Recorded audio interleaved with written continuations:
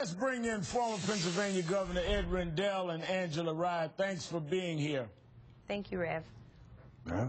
Governor, what are the lessons of today's vote for the rest of President Obama's agenda? First, I want to echo something you said. The fact that 31 Republican senators would have voted against allowing a vote to be held on this very simple legislation that 90% of the American people are for, that has nothing to do with the rights of legitimate gun owners, is embarrassing. They should be ashamed of themselves, and they should pay for it, because it is absolutely incredible that they would deny the victims of Newtown and Aurora and Tucson and Blacksburg a vote on these issues. So that's number one. Number two, the vote is a good vote, though, because it shows that with presidential leadership, we can accomplish a lot. And you were very clear that immigration is next, and I think the president has played that exactly right, and he's going to have to hammer the final detail that the Gang of Eight comes up with. And I think we have a chance to get that through. I believe this gun legislation will eventually be voted on unless Speaker Boehner decides to hold it up and not bring it to the floor. And then individual Republicans, like my 4 suburban Republican House members, are going to have to decide whether they'll sign a discharge petition to make sure that it can be voted on regardless of what Speaker Boehner does. But so I think there's real possibilities on the horizon. The president took an amazingly courageous step that got him in trouble with his base on the budget, but he understands that if we're going to do that grand bargain, that deal that's going to set America straight and get our economy moving again, there has to be concessions on both sides. Yeah. President is exercising strong leadership. It's a good sign for the country.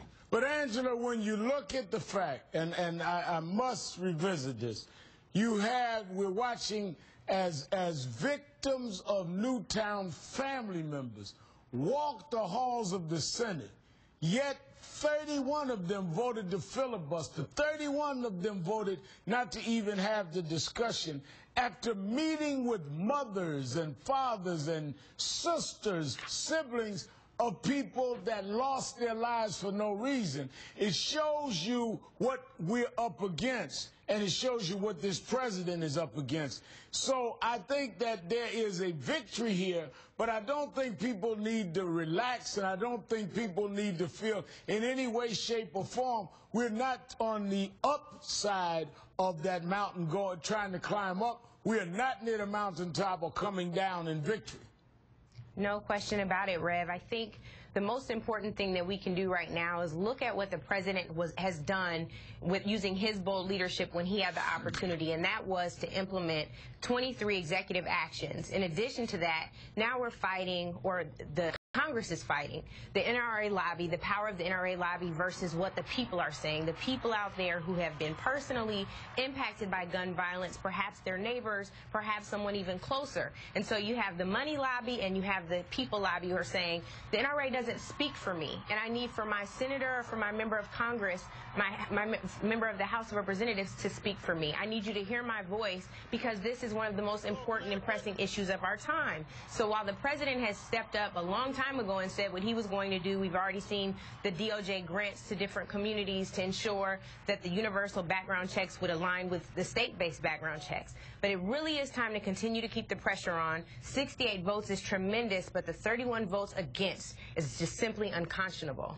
Now, Governor, you referred to the president having to have a strategy and what he was able to do. In many ways, the president called their bluff, the GOP's bluff, by reaching out, going to dinners and other concessions with his outreach. I think that it exposed them as the obstructionists and the inflexible party that they are in terms of the party leadership. No question about that, and they're really on the spot. They're on the spot on guns, they'll be on the spot on immigration, and they're certainly on the spot on the budget. If they reject this, as Speaker Boehner seems to have done and says it's too little, it's not too little. The best sign of the fact that it took the president to exercise courageous leadership is the grief he's getting from members of the left wing of our party, including yourself, Rev. Right. The president's hanging in there because, look, if he were king, he'd have a different way of getting rid of this debt problem. But he's not king, and he's got to make concessions to the other side if he wants to get the adequate revenue that we need to make this whole thing work. So he's taking a very good step, and he deserves tremendous credit for it. And the Republicans, if they stonewall him on this, I think they are signing their death warrant for 2014. Well, Governor Rendell and Angela Rye, thanks for your time tonight. I agree that it will devastate them in 2014, but I'm concerned about those that have to survive, those that are concerned about the safety of their families, the rest of 2013 into 2014. This is real, folks. We're talking about guns. We're talking about bullets. We're talking about over 500 deaths in Chicago last year. We're talking about Newtown. We're talking about things that matter.